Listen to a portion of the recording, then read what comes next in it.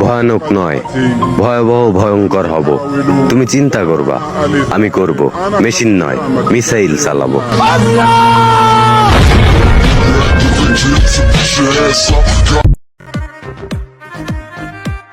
ঝগড়াঝাটি করি না, উপরে পড়লে বাপেরও ছাড়ি না।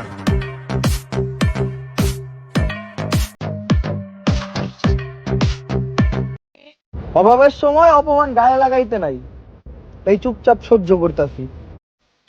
একবার কাটতে দেও অভাব, অনেক ভয়ঙ্কর হইব এই অপমানের জবাব।